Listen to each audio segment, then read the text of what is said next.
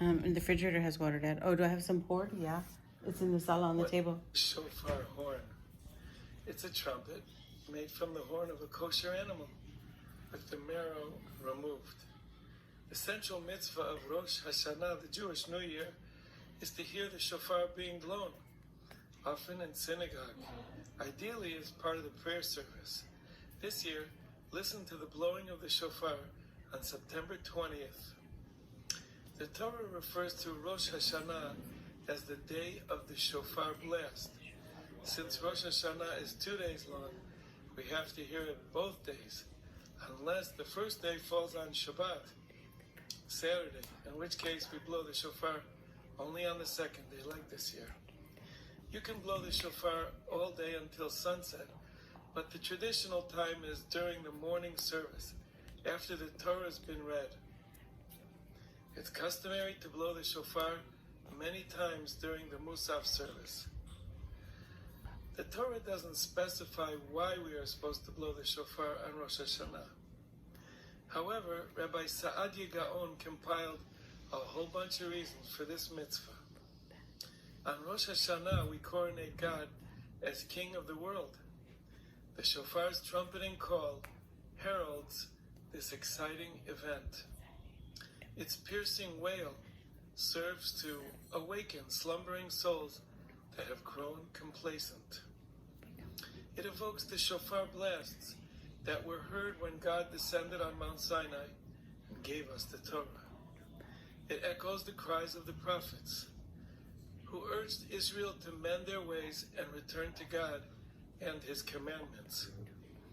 It reminds us of the war cries of our enemies as they broke into the temple in Jerusalem and destroyed it. Made of a ram's horn, the shofar recalls the near sacrifice of Isaac, who was saved when God showed Abraham a ram to bring as an offering in his stead. Its loud, piercing sound humbles us and fills us with awe before God. It foreshadows the day of judgment at the end of days, which the prophet describes as a day of shofar and alarm against the fortified cities and against the high towers.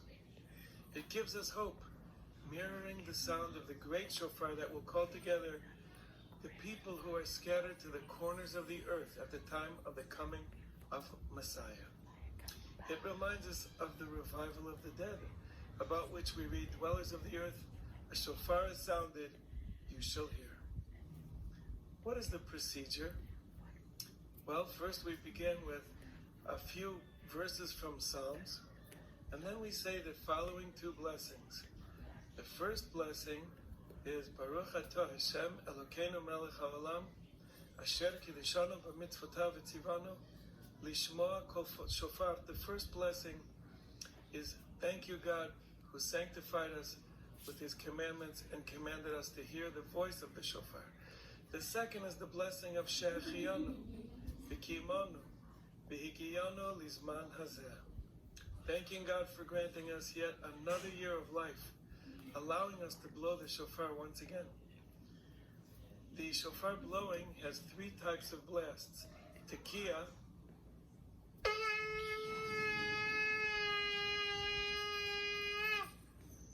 that's a long sob-like blast. Shivarim, a series of three short wails, and teruah,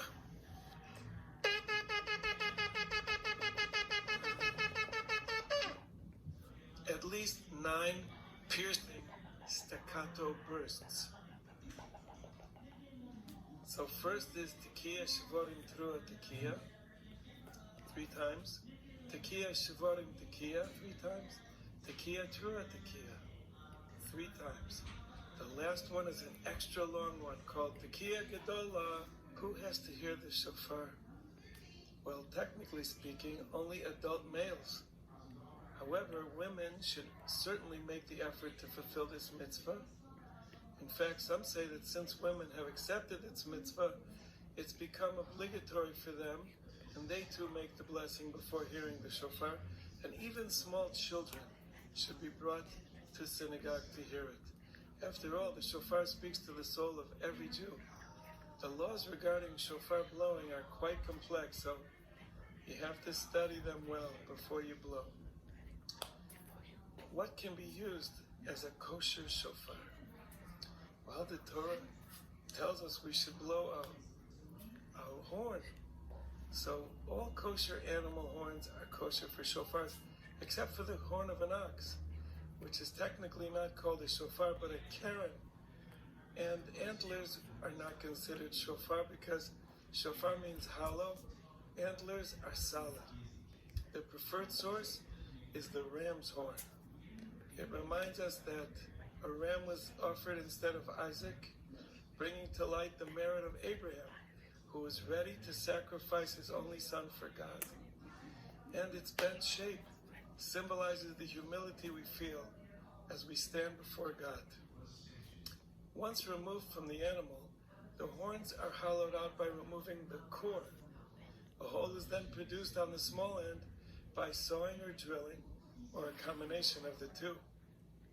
It's common for shofars to be polished and even reshaped through the application of extreme heat. The shofar blast must come from pressure of human breath on the horn. Coatings or adornments can invalidate it, as can cracks and holes, even if they've been puttied up. Every shofar is different. In ancient times, the shofar was blown as part of the temple service and in battle. Today, besides Rosh Hashanah, the shofar is generally sounded on two occasions. During the month of Elul, that's 30 days before Rosh Hashanah, to get us into the Rosh Hashanah mood, and following the fast of Yom Kippur. One final thought. The Hasidic masters teach us that the cry of the shofar is akin to the wail of a child, yearning to be reunited with a beloved parent. There are no words to express a longing that is so deep, so primal, and so true.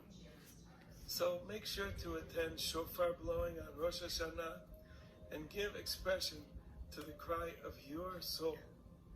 L'shana tova tikatev v'techatem. May you be written and sealed for a good, sweet new year.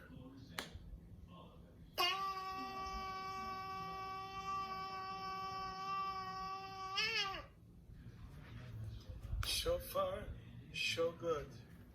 I'm sorry, I couldn't resist.